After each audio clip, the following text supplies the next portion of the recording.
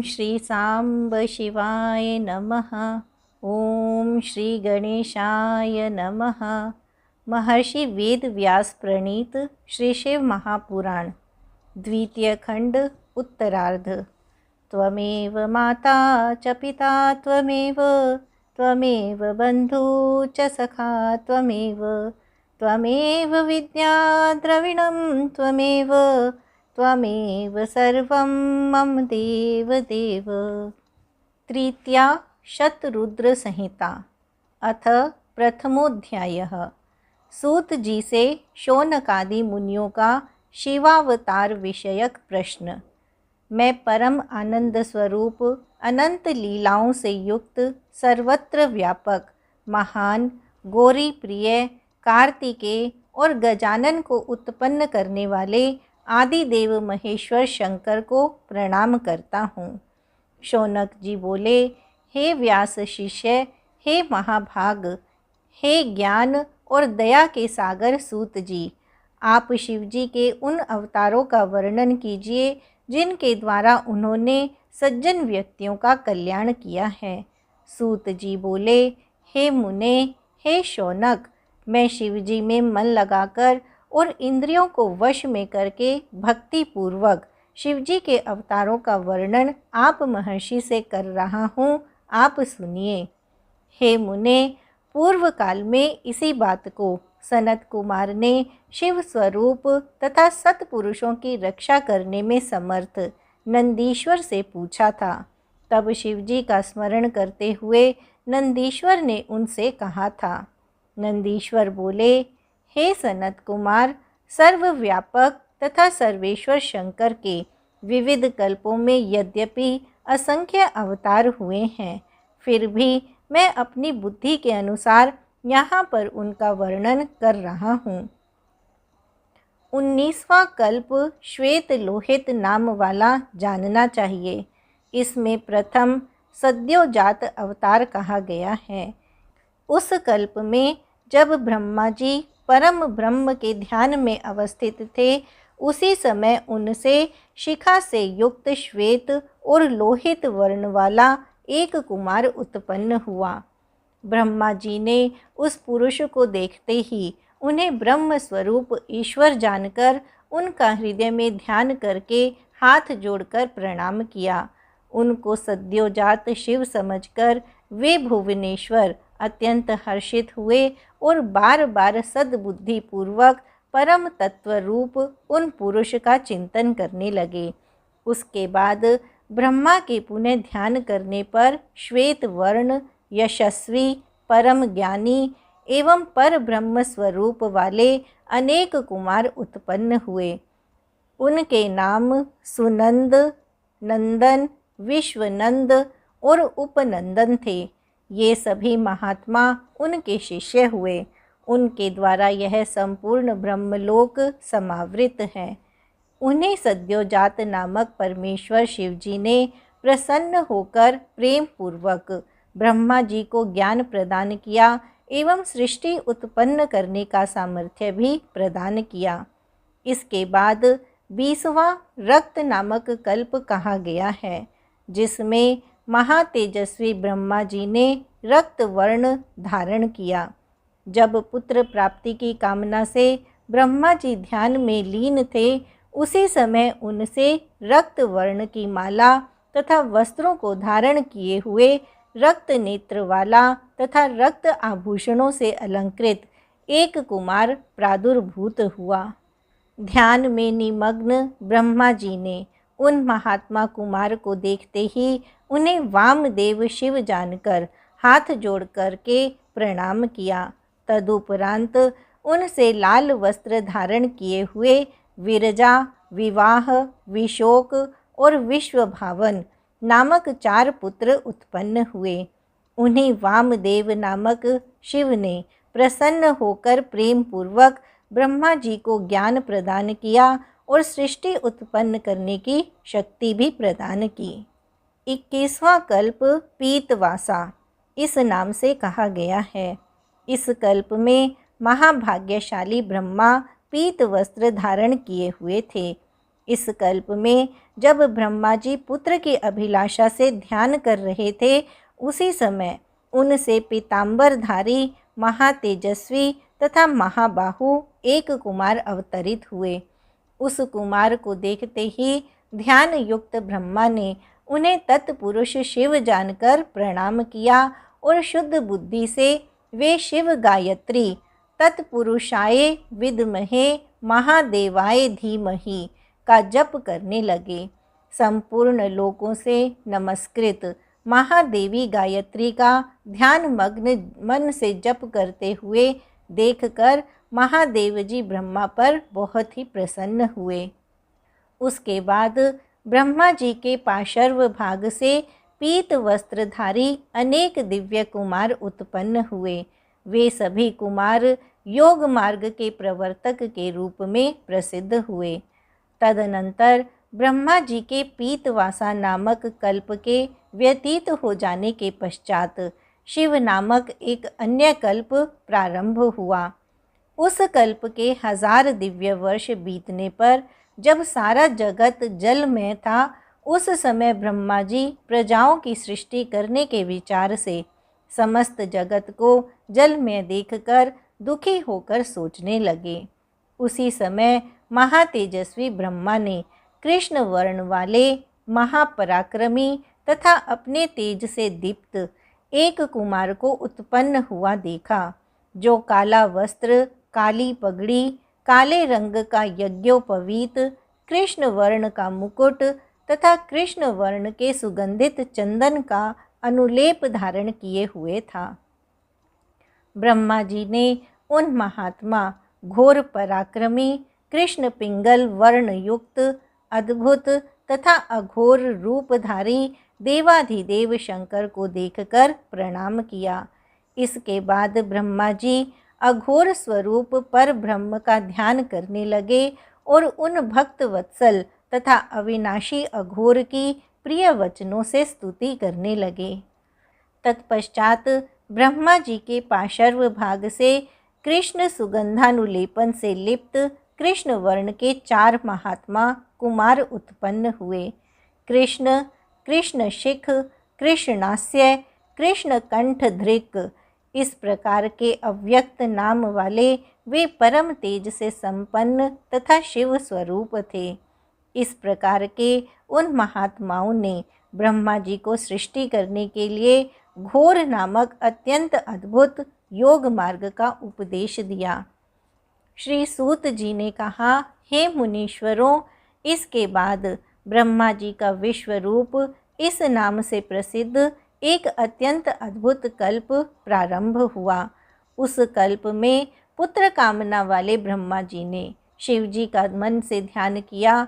तब महानाद स्वरूप वाली विश्वरूपा सरस्वती उत्पन्न हुई और उसी तरह शुद्ध स्फटिक के समान कांति वाले तथा सभी आभूषणों से अलंकृत परमेश्वर भगवान शिव ईशान के रूप में प्रकट हुए।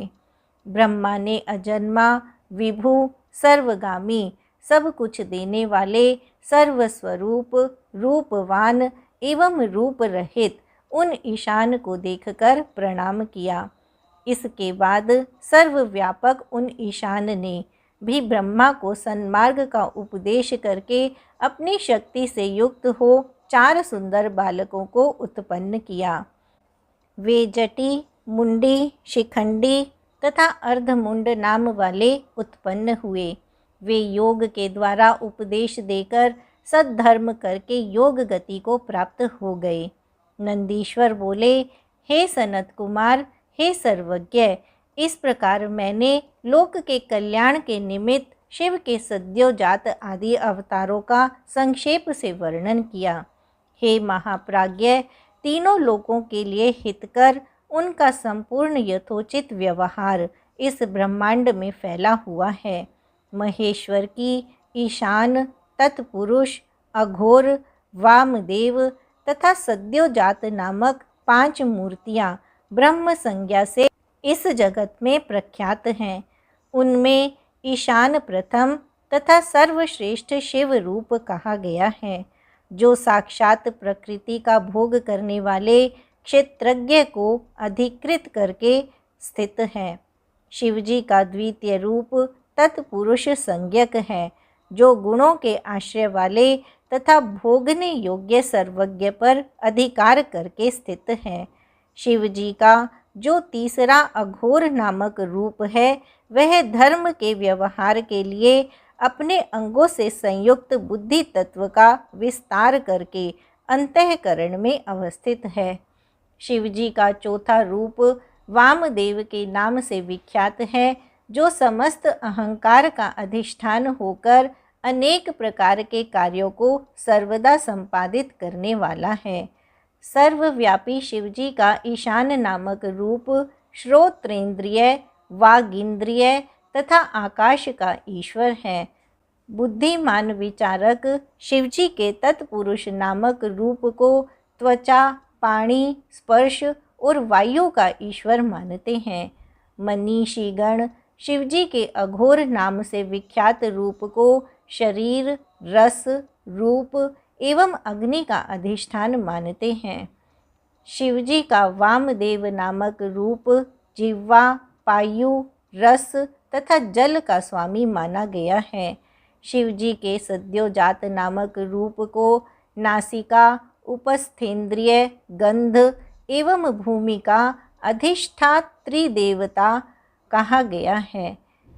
अपना कल्याण चाहने वाले पुरुषों को शिवजी के इन रूपों की प्रयत्नपूर्वक नित्य वंदना करनी चाहिए, क्योंकि ये रूप सभी प्रकार के कल्याण के एकमात्र कारण हैं। जो व्यक्ति सद्योजात आदि की उत्पत्ति को सुनता अथवा पढ़ता है, वह संपूर्ण भोगों को भोगकर परम गति प्राप्त कर लेता है।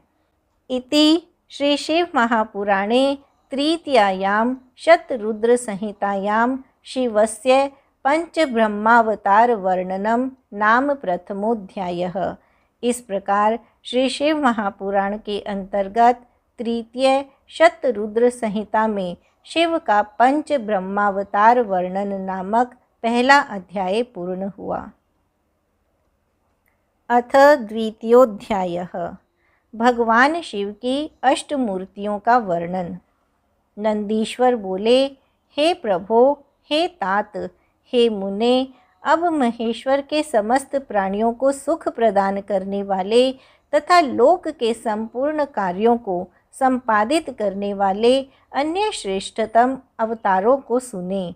यह सारा संसार परेश शिव की उन 8 मूर्तियों का स्वरूप ही है। उस मूर्ति समूह में व्याप्त होकर विश्व उसी प्रकार स्थित है जैसे सूत्र में पिरोई हुई मणियाँ। शर्व, भव, रुद्र, उग्र, भीम, पशुपति, ईशान और महादेव, ये शंकर की 8 मूर्तियाँ विख्यात हैं। भूमि, जल, अग्नि, पवन, आकाश, क्षेत्रज्ञ, सूर्य एवं चंद्रमा, ये निश्चय ही शिव के शर्व आदि 8 रूपों से अधिष्ठित हैं। महेश्वर शंकर का विश्वंभरात्मक शर्व रूप चराचर विश्व को धारण करता है, ऐसा ही शास्त्र का निश्चय है।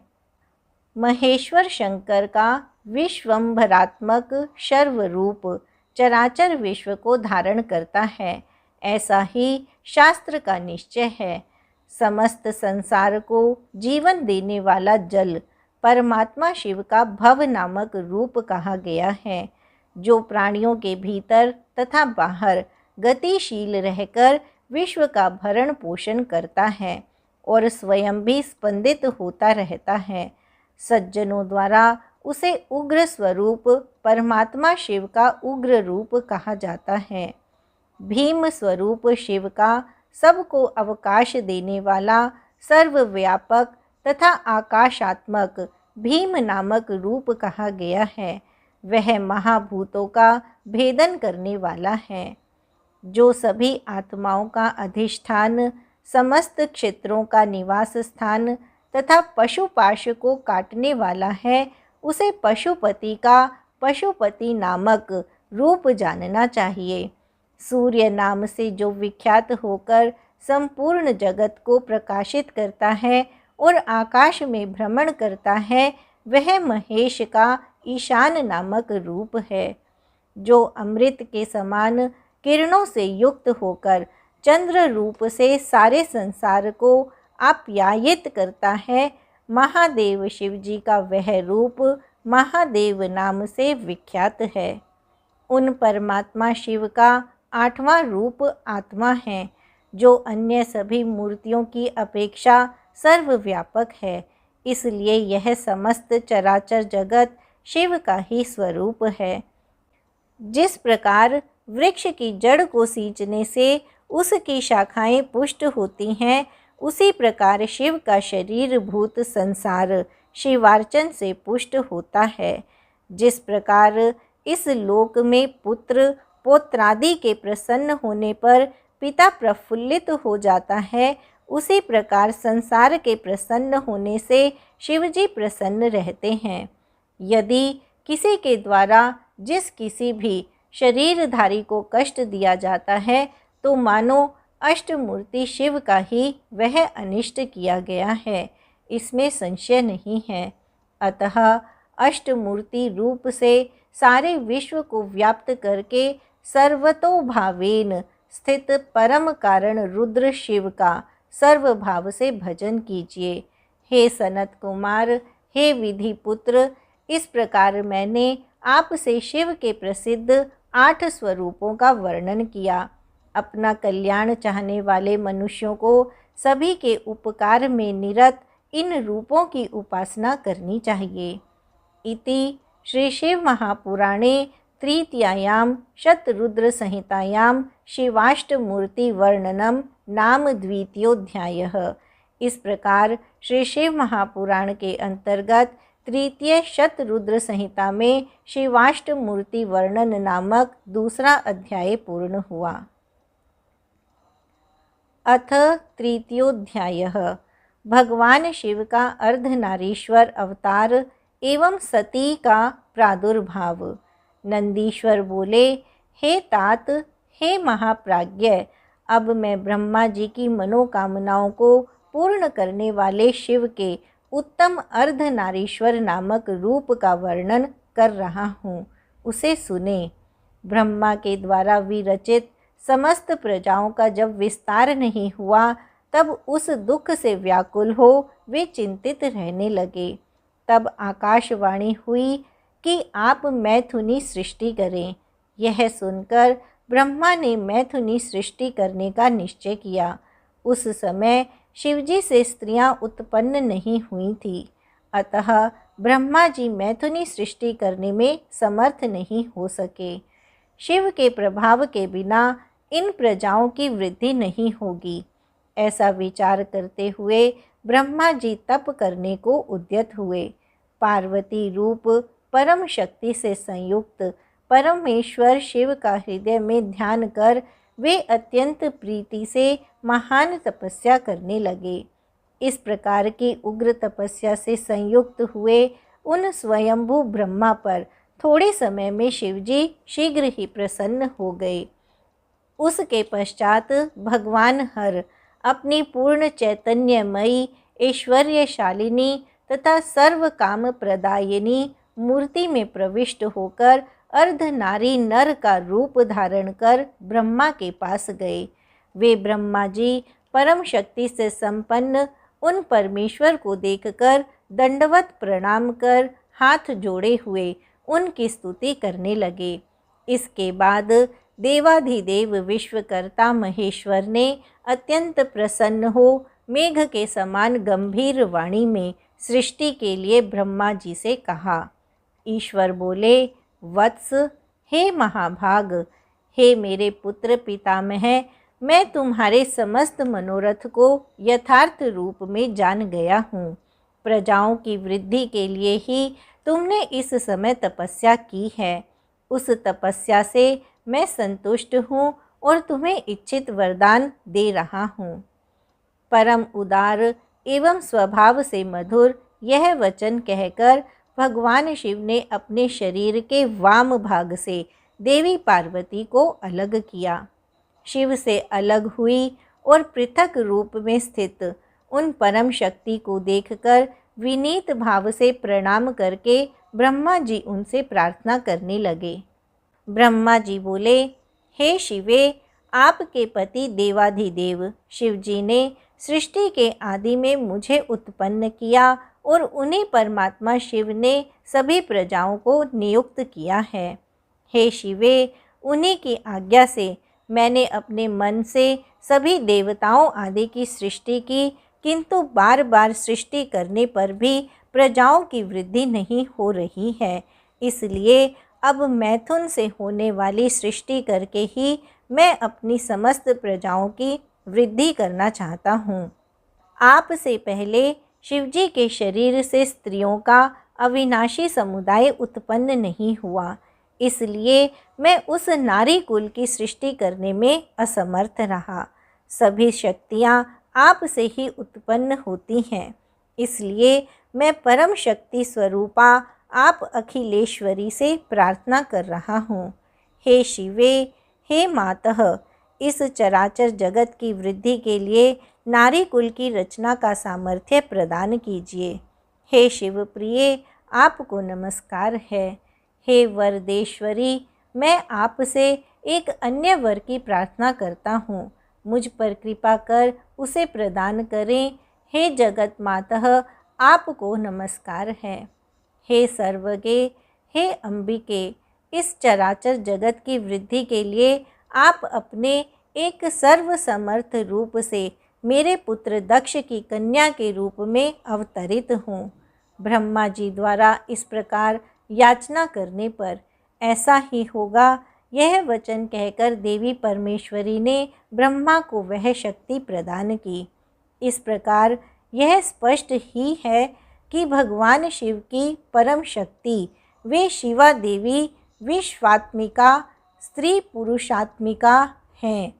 उन्होंने अपनी भुहों के मध्य से अपने ही समान कांति वाली एक दूसरी शक्ति का सृजन किया। उस शक्ति को देखकर देवताओं में श्रेष्ठ कृपा सिंधु लीलाकारी महेश्वर हर हंसते हुए उन जगन माता से कहने लगे। शिवजी बोले, हे देवी, परमेष्ठी ब्रह्मा ने तपस्या के द्वारा आपकी आराधना की है, अतः आप प्रसन्न हो जाइए और प्रेम पूर्वक उनके सारे मनोरथों को पूर्ण कीजिए। तब उन देवी ने परमेश्वर शिव जी की आज्ञा शिरोधार्य करके ब्रह्मा जी की प्रार्थनानुसार दक्ष पुत्री होना स्वीकार कर लिया। हे मुने, इस प्रकार ब्रह्मा को अपार शक्ति प्रदान कर वे शिवा शिवजी के शरीर में प्रविष्ट हो गईं और प्रभु शिव भी अंतर्धान हो गए। उसी समय से इस लोक में सृष्टि कर्म में स्त्रियों को भाग प्राप्त हुआ। तब वे ब्रह्मा जी बहुत प्रसन्न हुए और मैथुनी सृष्टि होने लगी। हे तात, इस प्रकार मैंने आपसे शिवजी के अत्यंत उत्तम तथा सज्जनों को परम मंगल प्रदान करने वाले उस अर्धनारी और अर्धनर रूप का वर्णन कर दिया। जो इस निष्पाप कथा को पढ़ता अथवा सुनता है, वह इस लोक में सभी सुखों को भोगकर परम गति प्राप्त कर लेता है। इति श्री शिव महापुराणे तृतीयायां शतरुद्र संहितायां शिवस्यार्धनारीश्वरावतार वर्णनम नाम तृतीयोध्यायः। इस प्रकार श्री शिव महापुराण के अंतर्गत तृतीय शतरुद्र संहिता में शिव के अर्धनारीश्वर अवतार का वर्णन नामक तीसरा अध्याय पूर्ण हुआ। अथ चतुर्थोध्यायः। वाराह कल्प के प्रथम से नवम द्वापर तक हुए व्यासों एवं शिवावतारों का वर्णन। नंदीश्वर बोले, हे सनत कुमार, हे सर्वज्ञ, अब शंकर जी के जिस सुखदायक चरित्र को हर्षित होकर रुद्र ने ब्रह्मा जी से प्रेम पूर्वक कहा था, उस चरित्र को सुने। शिव जी बोले, हे ब्रह्मन, वाराह कल्प के 7वें मनवंतर में संपूर्ण लोगों को प्रकाशित करने वाले भगवान कल्पेश्वर जो तुम्हारे प्रपुत्र हैं, वैवस्वत मनु के पुत्र होंगे। हे विधे, हे ब्राह्मण, उस समय लोगों के कल्याण के निमित्त तथा ब्राह्मणों के हित के लिए मैं प्रत्येक द्वापर युग के अंत में अवतार ग्रहण करूँगा। इस प्रकार क्रमशः युगों के प्रवृत्त होने पर प्रथम युग में, चतुर्युगी के प्रथम द्वापर युग में जब स्वयं प्रभु नामक व्यास होंगे, तब मैं ब्राह्मणों के हित के लिए उस कली के अंत में पार्वती सहित श्वेत नामक महामुनि के रूप में अवतार लूँगा। हे विधे, उस समय पर्वतों में श्रेष्ठ रमणीय हिमालय के छागल नामक शिखर पर शिखा से युक्त श्वेत, श्वेत शिख, श्वेताश्व और श्वेत लोहित नामक मेरे 4 शिष्य होंगे। वे चारों ध्यान योग के प्रभाव से मेरे लोक को जाएंगे। तब वहाँ मुझ अविनाशी को तत्वपूर्वक जानकर वे मेरे भक्त होंगे और जन्म मृत्यु जरा से रहित तथा परम ब्रह्म में समाधि लगाने वाले होंगे। हे पितामह, हे वत्स, ध्यान के बिना मनुष्य मुझे दान धर्मादि कर्म के हेतुभूत साधनों से देखने में असमर्थ हैं। दूसरे द्वापर में जब सत्य नामक प्रजापति व्यास होंगे, तब मैं कलियुग में सुतार नाम से अवतार ग्रहण करूँगा। उस युग में भी दुंदुभि, शतरूप, ऋषिक तथा केतुमान नामक देवज्ञ ब्राह्मण मेरे शिष्य होंगे। वे चारों ध्यान योग के प्रभाव से मेरे लोक को प्राप्त करेंगे और मुझ अव्यय को यथार्थ रूप से जानकर मुक्त हो जाएंगे। तीसरे द्वापर युग के अंत में जब भार्गव नामक व्यास होंगे, तब मैं दमन नाम से अवतार ग्रहण करूँगा। उस समय भी विशोक, विशेष, विपाप और पापनाशन नामक मेरे 4 पुत्र शिष्य होंगे। हे चतुरानन, उस कलियुग में मैं अपने शिष्यों के द्वारा व्यास की सहायता करूँगा तथा निवृत्ति मार्ग को दृढ़ करूँगा। चौथे द्वापर में जब अंगिरा व्यास रूप में प्रसिद्ध होंगे, तब मैं सुहोत्र नाम से अवतार ग्रहण करूँगा। उस समय भी महात्मा योग साधक मेरे 4 शिष्य होंगे। हे ब्राह्मण, मैं उनके नाम बता रहा हूँ। सुमुख, दुर्मुख, दुर्दम और दुरतिक्रम। हे विधे, उस समय मैं अपने शिष्यों के द्वारा व्यास की सहायता करूँगा। 5वें द्वापर में सविता नामक व्यास कहे गए हैं। उस समय मैं महातपस्वी कंक नामक योगी के रूप में अवतार ग्रहण करूँगा। उस समय भी मेरे 4 योग साधक तथा महात्मा पुत्र शिष्य होंगे। उनके नाम मुझसे सुनिए। सनक, सनातन, प्रभु सनंदन और सर्वव्यापी निर्मल अहंकार रहित सनत कुमार। हे ब्राह्मण, उस समय भी कंक नामक मैं सविता व्यास की सहायता करूँगा और निवृत्ति मार्ग का संवर्धन करूँगा। इसके बाद 6ठे द्वापर के आने पर लोक की रचना करने वाले तथा वेदों का विभाग करने वाले मृत्यु नामक व्यास होंगे। उस समय भी मैं लोकाक्षी नाम से अवतार ग्रहण करूँगा और व्यास की सहायता के लिए निवृत्ति मार्ग का वर्धन करूँगा। उस समय भी सुधामा, वीरजा, संजय एवं विजय नामक मेरे 4 दृढ़वर्ती शिष्य होंगे। हे विधे, 7वें द्वापर के आने पर जब शतक्रतु नामक व्यास होंगे, उस समय भी मैं विभु जैगीशव्य नाम से अवतरित होऊंगा और महायोग विचक्षण होकर काशी की गुफा में दिव्य स्थान में कुशा के आसन पर बैठकर योग मार्ग को दृढ़ करूँगा तथा शतक्रतु व्यास की सहायता करूँगा। एवं हे विधे, संसार के भय से भक्तों का उद्धार करूँगा। उस युग में भी सारस्वत, योगीश, मेघवाह और सुवाहन नामक मेरे 4 पुत्र शिष्य होंगे। 8वें द्वापर युग के आने पर वेदों का विभाग करने वाले मुनि श्रेष्ठ वशिष्ठ वेद व्यास होंगे। हे योग जानने वालों में श्रेष्ठ, उस समय मैं दधि वाहन नाम से अवतार ग्रहण करूँगा और व्यास की सहायता करूँगा। उस समय कपिल, आसुरी, पंचशिख और शाल्वल नामक मेरे 4 पुत्र शिष्य होंगे जो मेरे ही समान योगी होंगे। हे विधे, 9वें द्वापर युग के आने पर उसमें सारस्वत नामक मुनि श्रेष्ठ व्यास होंगे। उस समय वे व्यास जी निवृत्ति मार्ग को बढ़ाने का विचार करेंगे। तब मैं ऋषभ नाम से विख्यात होकर अवतार लूँगा। उस समय पराशर, गर्ग, भार्गव एवं गिरीश नामक मेरे परम योगी शिष्य होंगे। हे प्रजापते, मैं उनके साथ योग मार्ग को दृढ़ करूँगा और हे सन्मुने, मैं वेद व्यास की सहायता करूँगा। उस समय हे विधे, दयालु मैं अपने उस रूप से बहुत से दुखित भक्तों का और स्वयं आपका भी उद्धार करूँगा। हे विधे, मेरा वह ऋषभ नामक अवतार योग मार्ग का प्रवर्तक, सारस्वत व्यास के मन को संतुष्ट करने वाला तथा अनेक प्रकार की लीला करने वाला होगा। मेरे उस अवतार ने भद्रायु नामक राजकुमार को, जो विष के दोष से मर गया था एवं जिसके पिता ने त्याग दिया था, पुनः जीवित कर दिया था।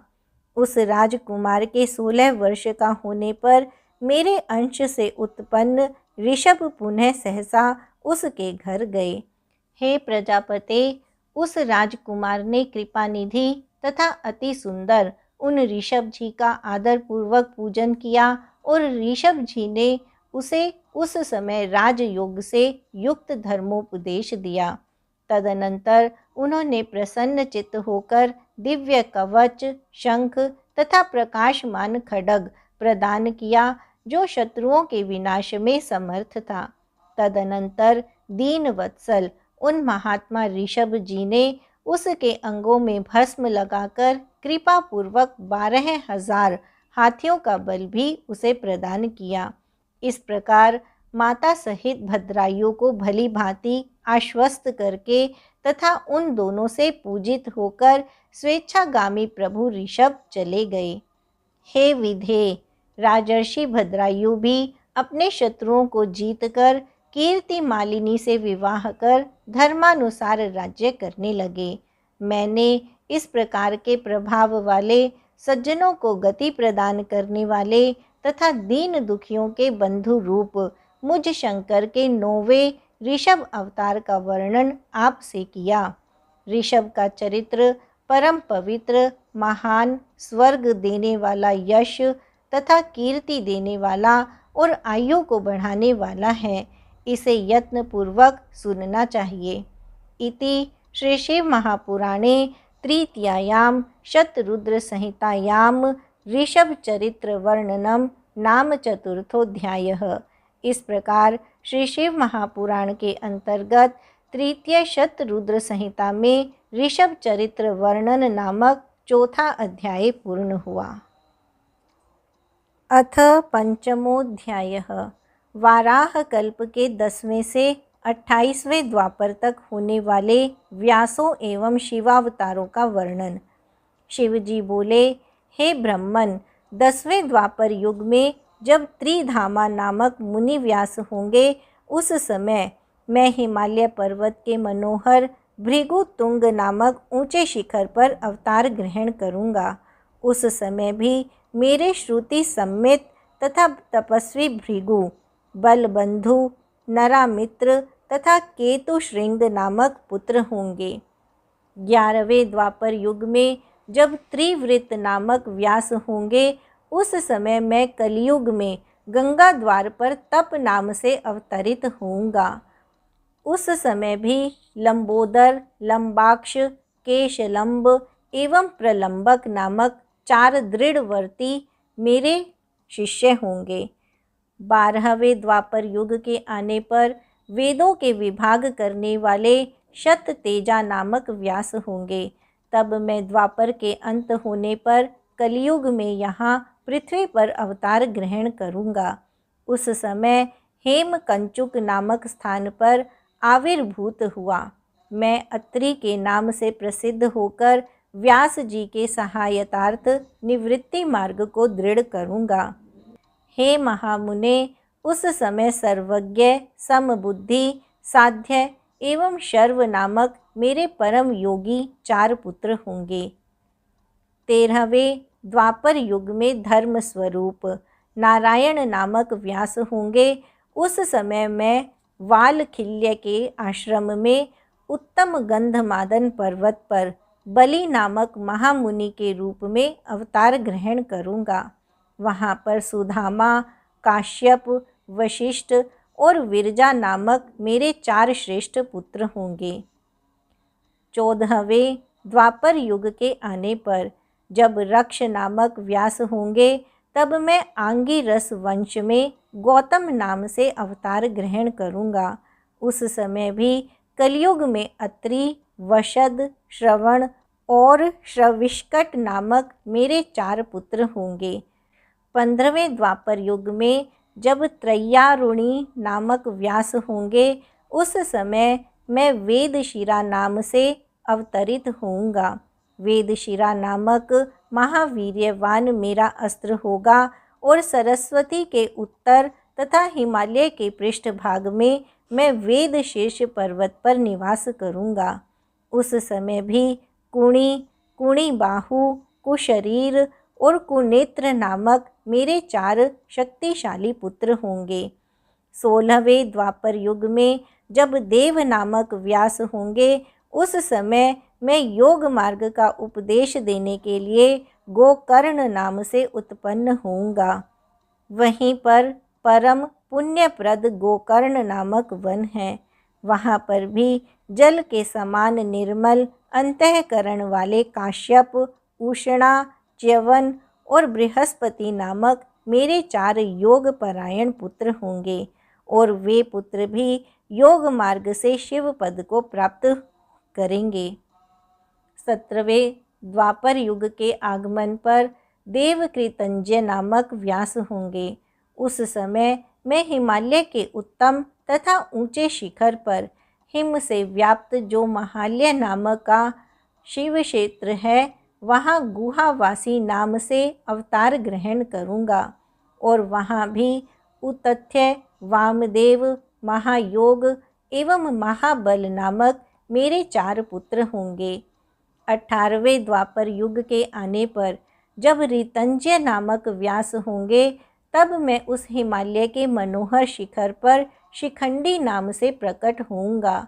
उस महापुण्यप्रद सिद्ध क्षेत्र में शिखंडी नामक पर्वत है और उसी नाम वाला वन भी है, जहाँ सिद्ध निवास करते हैं। वहाँ भी वाचश्रवा, रुचिक, शावास्य एवं यतीश्वर ये मेरे 4 महातपस्वी पुत्र होंगे।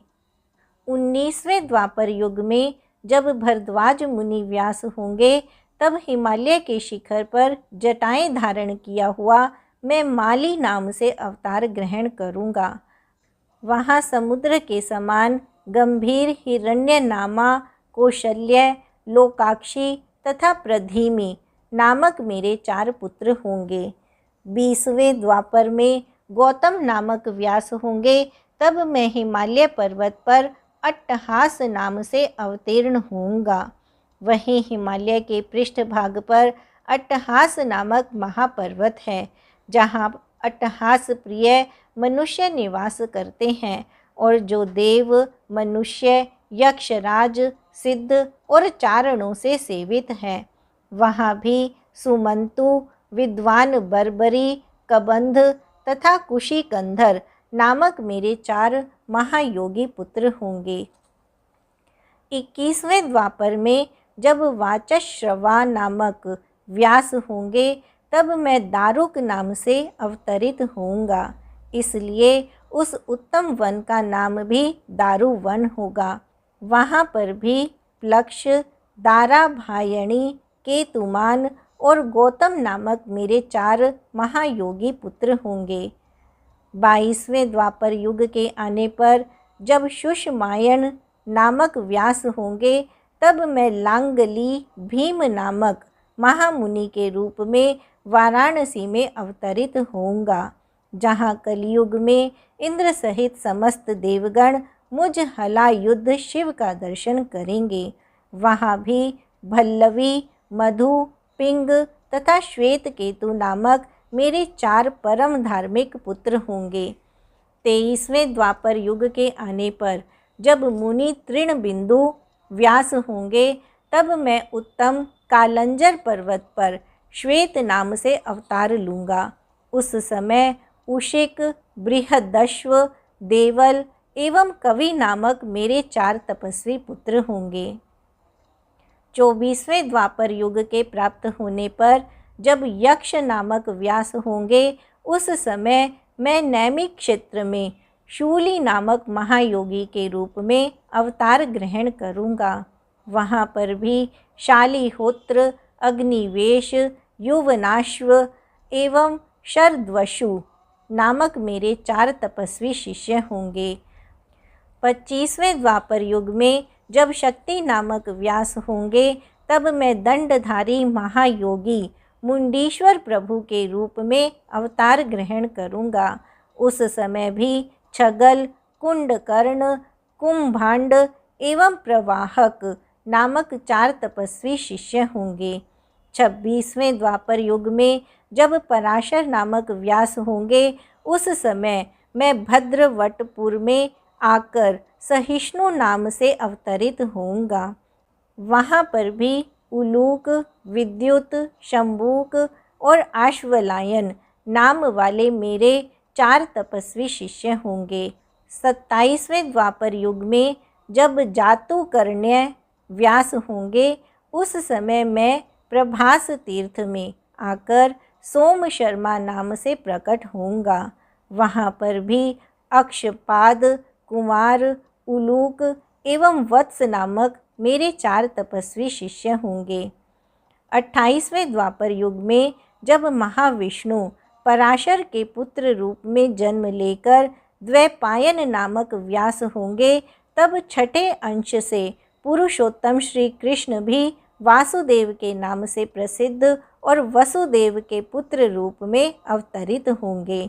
उस समय मैं भी योग माया से संसार को विस्मित करने के लिए योगात्मा नामक ब्रह्मचारी का रूप धारण करूँगा और शरीर को अनाम्य समझकर इसे मृत की भांति शमशान में छोड़कर ब्राह्मणों के हित के लिए योग माया से आप ब्रह्मा एवं विष्णु के साथ दिव्य तथा पवित्र मेरु गुहा में प्रवेश करूँगा।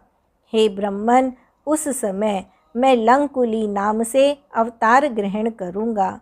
मेरे उत्पन्न होने से यह कायावतार तीर्थ सिद्ध क्षेत्र के नाम से उस समय तक विख्यात रहेगा, जब तक यह पृथ्वी रहेगी। उस समय भी कुशिक, गर्ग, मित्र एवं कोरुष्य नामक मेरे तपस्वी शिष्य होंगे।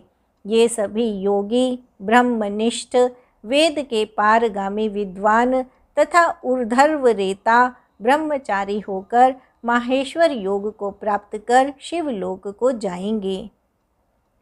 सूत जी बोले, हे उत्तम व्रत वाले मुनियों, इस प्रकार परमात्मा शिव ने वैवस्वत मनवंतर के प्रत्येक कलयुग में होने वाले अपने योगावतारों का सम्यक वर्णन किया। हे विभो, इसी प्रकार प्रत्येक द्वापर युग में 28 व्यास तथा प्रत्येक कलयुग के प्रारंभ में योगेश्वर के अवतार होते रहते हैं। प्रत्येक महायोगेश्वर के अवतारों में उनके 4 महाशैव शिष्य भी होते रहते हैं, जो योग मार्ग की वृद्धि करने वाले तथा अविनाशी होते हैं। ये सभी शिष्य पाशुपत व्रत का आचरण करने वाले, शरीर में भस्म लेपन करने वाले, रुद्राक्ष की माला धारण करने वाले तथा त्रिपुंड्र से सुशोभित मस्तक वाले होते हैं। सभी शिष्य धर्मपरायण, वेद वेदांग के ज्ञाता, लिंगार्चन में सदा तत्पर, बाहर तथा भीतर से मुझ में भक्ति रखने वाले योग ध्यान परायण तथा जितेंद्रिय होते हैं। विद्वानों द्वारा इनकी संख्या 112 कही गई है। इस प्रकार मैंने 28 युगों के क्रम से मनु से लेकर श्री कृष्णावतार पर्यंत शिवजी के अवतारों का लक्षण कह दिया। इस कल्प में जब कृष्ण द्वैपायन व्यास होंगे तब श्रुति समूहों का ब्रह्म लक्षण संपन्न विधान अर्थात वेदांत के रूप में प्रयोग होगा। हे सनत कुमार, देवेश्वर शिव ब्रह्मा से इतना कहकर उन पर कृपा करके उनकी ओर पुनः देखकर वहीं पर अंतर्हित हो गए। इति श्री शिव महापुराणे तृतीयायां शतरुद्र संहितायां शिवावतारोपख्याने 19 शिवावतार वर्णनम नाम पंचमोऽध्यायः। इस प्रकार श्री शिव महापुराण के अंतर्गत तृतीय शतरुद्र संहिता के शिवावतारोपख्यान में शिव के 19 अवतारों का वर्णन नामक 5वां अध्याय पूर्ण हुआ।